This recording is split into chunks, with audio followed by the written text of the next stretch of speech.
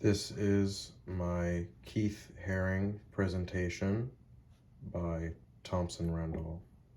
Sorry that I couldn't get the poster board. They ran out of them, of the cardboard ones at Michael's.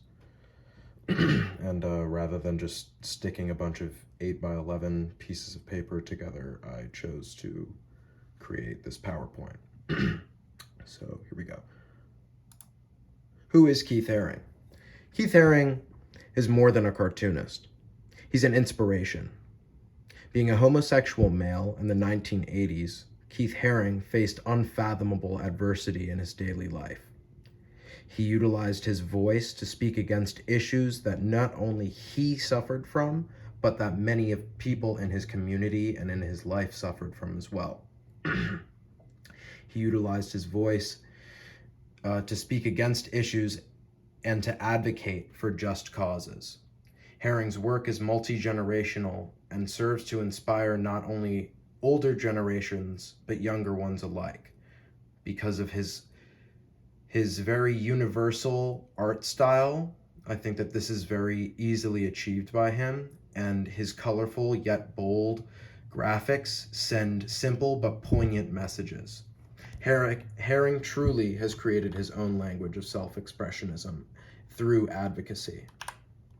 In his early life, he was born in 1958 in Reading, Pennsylvania, and he would find his love for the arts as a young boy because of his father being a cartoonist and all of the media that he would consume as a child, such as Dr. Seuss and all the Disney cartoons. And that would help shape his style into the unique line work and figure drawing that we know and love him for today. This is a picture of him as a child. Haring would graduate in high school in 1976 and then would enroll to the Ivy School of Professional Art in Pennsylvania. And while not being really interested in being a commercial artist, like a graphic designer, Haring would still capitalize on his time there, and he would hold a solo exhibition of his work in 1978 in the Pittsburgh Art Center. Later that year, he would move and transfer to New York City and enroll in the School of Visual Arts. And while spending his time in the Big Apple, he would discover the ever-expanding graffiti scene, perhaps being the most important thing in Haring's life. And this would change a young Haring forever. Here we have one of his most famous murals that he's ever made, the Crack is Whack mural. This is in New York. Making fast friends with other prominent artists such as Kenny Scharf and Jean-Michel Basquiat, Haring would quickly garner himself a reputation as one of the most intriguing new artists in New York, utilizing his unique style of bold colors and line work to captivate the masses. Here we can see his unique art style right here in the Crack is Whack mural. This is actually outside of a playground in New York. He would do many other public works like this one, for example, is on the Berlin Wall before it got tore down. And throughout his career, his graffiti would turn from mere vandalism into magnificent murals, and many cities would hire him to paint at many famous places. Here, I'll go back to the Crack is Whack mural, Berlin Wall mural, on very historic landmarks.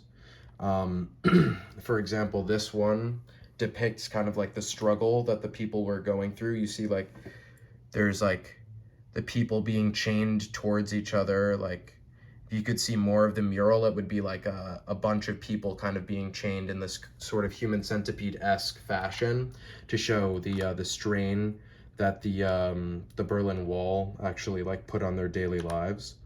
Haring's various projects would make him very famous within the art world, and he would utilize this platform to be very outspoken against many social issues. For example, he would advocate for safe sex throughout his entire life, and he would spend the later years of his life working to spread AIDS awareness throughout the world. And he's famously quoted saying that art should be something that liberates your soul, provokes the imagination, and encourages people to go further. And you can really just kind of see this this is kind of very emblematic with all of his work. Um, and so now we come to the pop shop, which is just kind of another example of how Keith Haring was like a man for the people. And this kind of this pop shop, basically what it was is it was a way for him to sell his artwork to like more mainstream audiences rather than just kind of niche auction goers, because his art was getting to be very expensive at this time, like around 1986 when he opened up the pop shop. And he's famously quoted saying that the pop shop makes my work accessible. It's about participation on a big level. And this kind of just shows that Keith Haring is really just using his voice to kind of like speak on these issues and to really like catch a thread with the people rather than just doing it for museums and for auctioneers.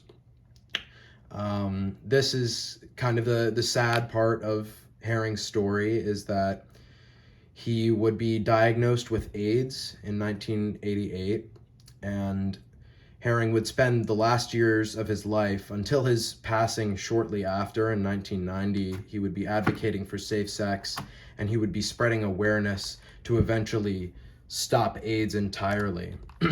And his graphics are still used today, as while they're not only pretty to look at, the messages of his works are so simple that even children can understand it. And that's actually how I got introduced to who Keith Haring was in my sex ed class in middle school. We were shown this painting and this one as well. And this really just struck me as a young child, because I hadn't even known what AIDS was, but it was able to kind of like get it in my head that it's something that I really should care about. And I think that that's kind of like miraculous that that happened to me even as just like a middle schooler. Posthumously, Haring would create the Keith Haring Foundation before his passing, which was an organization that's still open to this day. It's dedicated to fighting AIDS and also the stigmas towards the people with AIDS that still kind of like operates today, because there's a lot of like really negative stigmas about AIDS that especially have to do with like the LGBTQ community and things like that. And basically what the Haring Foundation does is they allow other advocacy groups and other groups to use his like posters and his work to fundraise and to raise awareness on many issues that he himself was very vocal about while he was alive. And to conclude, Haring is the perfect example of how to properly use your voice and to responsibly utilize one's platform. He inspires as an inspiration for many young artists, such as myself, and will continue his legacy of good deeds and sentiments, even though he isn't really with us today. Hopefully, we can all learn something from Keith Haring's legacy, that no matter how small you think your voice is, one voice can greatly impact many people's lives.